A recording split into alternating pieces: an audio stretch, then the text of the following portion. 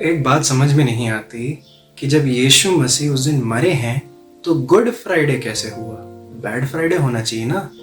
दूसरी बात कि ऐसा कैसा परमेश्वर है जिसकी हम उपासना करते, वो तो मर गया था उस दिन। और ये क्रिश्चियनिटी तो बाहर का रिलीजन हुआ ना, क्योंकि यीशु मसीह तो इजराइल के थे, भारत के तो थे नहीं। शायद ऐसे कई सारे सवाल आपकी ज़िंदगी में भी लोगों ने करे होंगे, लेकिन मेरी दुआ है कि आज इस वीडियो के माध्यम से आपके हर सवाल का जवाब मिल जाएगा। Praise the Lord. मेरा नाम डेविड है और मैं आप सबका स्वागत करना चाहता हूं हमारे प्रॉमिस टू पैशन सीरीज के इस आखिरी वीडियो में, जिसका टाइटल है the power of cross today.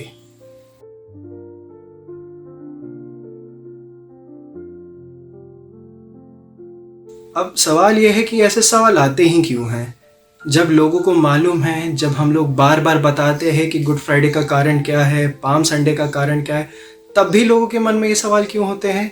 अगर आप देखेंगे पहला कुरिन्थियों उसके 1 अध्याय और उसके 21 से लेके 25वें पद तक, क्योंकि जब परमेश्वर के ज्ञान के अनुसार संसार ने ज्ञान से परमेश्वर को ना जाना, तो परमेश्वर को ये अच्छा लगा कि इस प्रचार की मूर्खता के द्वारा विश्वास करने वाले को उद्धार दे।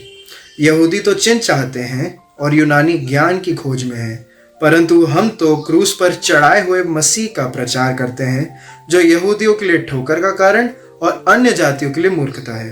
परंतु जो बुलाए हुए, क्या यहूदी क्या यूनानी, उनके निकट मसीह परमेश्वर की सामर्थ और परमेश्वर का ज्ञान है।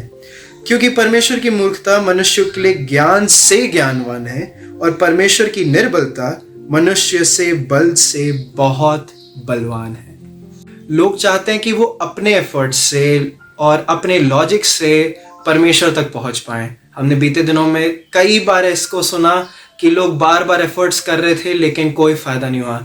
आप बाबुल की कहानी सुन सकते हैं। बाबुल का जो वो गुम्मट बनाया गया था, लोगों ने कोशिश की कि अपने ज्ञान से, अपने सामर्थ से, अपने ईंट पत्थरों की मदद से परमेश्वर तक पहुंच पाएं, लेकिन जो पाप के कारण जो दूरी हो गई थी मेरी और परमेश्वर की, आपकी और परमेश्वर की, वो पूरी नहीं हो सकती। परमेश्वर का वचन इसलिए कहता है कि अपनी बुद्धि का सहारा मत लेना, मरन संपूर्ण मन से यहोवा पर भरोसा करना। मैं आपको एक बात बताना चाहता हूं कि हमारे खुद के एफर्ट्स की वजह से जो पाप का जो गैप है वो कभी फिल नहीं हो सकता। उस गैप को फिल करने के लिए सिर्फ परमेश्वर ही आ सकता है। जिस प्रकार से यूहन्ना 3 अध्याय उसके 13वें पद में कहा है कि कोई स्वर्ग पर नहीं चढ़ा, केवल वही जो स्वर्ग से उतरा, अर्थात मनुष्य का पुत्र जो स्वर्ग में है। परमेश्वर को खुद उतर के आना पड़ा ताकि हमें और आपको उस पाप की जो गहराई थी उससे बचा सके।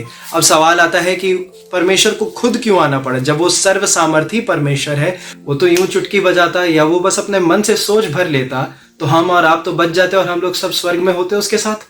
लेकिन जिस प्रकार से यूहन्ना 3 और 16 में लिखा है कि परमेश्वर ने जगत से ऐसा प्रेम करा कि उसने अपना इकलौता पुत्र हमारे लिए दे दिया, ताकि जो कोई भी उस पर विश्वास करे, जो कोई भी, चाहे यहूदी हो, चाहे यूनानी हो, चाहे विश्वासी, चाहे अविश्वासी, वो कोई भी नाश ना हो परंतु अनंत जीवन पाए। और दूसरा कारण ये था कि वो हमारे लिए परफेक्ट सैक्रिफाइस बना। क्यों? क्योंकि परमेश्वर का स्टैंडर्ड इतना ऊंचा है जो सिर्फ परमेश्वर ही पूरा कर सकता है। यदि आपने गुस्सा भी करा तो वो परमेश्वर की नज़र में खून करने बराबर है। यदि आपने किसी इंसान को गलत नज़र से देख भी लिया तो वो व्यभिचार करने के बराबर है। तो इतना ऊंचा स्टैंडर्ड सिर्फ परमेश्वर ही पूरा कर सकता है। इसलिए परमेश्वर को खुद इंसान बन के हमारे लिए आना पड़ा।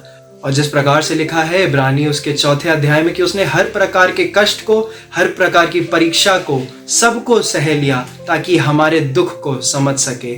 इसलिए परमेश्वर को खुद आना पड़ा ताकि हमें और आपको वो बचा सके और परमेश्वर के पास ले जा सके। अब सवाल आता है कि क्रूस ही क्यों? क्योंकि और कई ऐसे तरीके हो सकते थे कि परमेश्वर अपने आप को हमारे लिए बलि कर दे, लेकिन क्रूस ही क्यों? क्योंकि लेव व्यवस्था में जिस प्रकार से लिखा है कि श्रापित है वो मनुष्य जो पेड़ पे लटक के मर जाए, और परमेश्वर हमारे लिए श्राप बना ताकि हम विश्वास के द्वारा परमेश्वर के नजर में आशीष का कारण बनने पाए।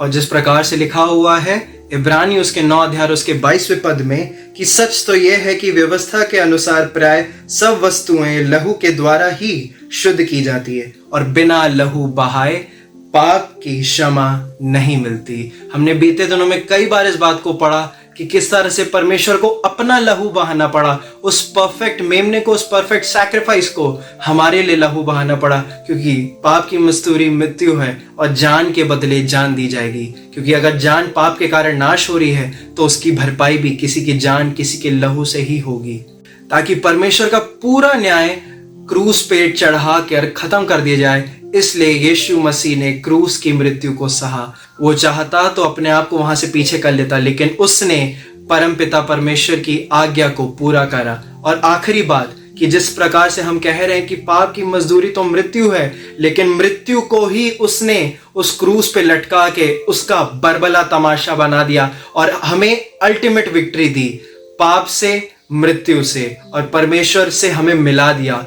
आज वो क्रूस खाली है। इसका मतलब ये नहीं है कि हमारा परमेश्वर हार गया था। वो क्रूस हार का प्रतीक नहीं है, वो क्रूस प्रतीक है परमेश्वर के प्यार का, हमारे लिए उसकी माफी का और परमेश्वर से मेल मिलाप का और अल्टीमेट विक्ट्री का, वो उस अंतिम विजय का जो हमारे लिए उसने रखी है, यदि हम उस पर विश्वास करेंगे तो। प्रभु आप सभी को आशीष दे। और मैं धन्यवाद करना चाहता हूं आप सबका कि आप हमारे साथ बने रहे इन 40 दिन। आपने हमें सपोर्ट करा, हमारी वीडियोस को लाइक करा, शेयर करा। इस वीडियो को भी जरूर से इसी प्रकार से लाइक करें और शेयर करें। और आने वाले दिनों में यदि प्रभु ने चाहा तो जरूर से हम एक और प्रोजेक्ट के साथ आपसे मिलेंगे। आप सभी को जय मसीह की। Have a blessed palm Sunday.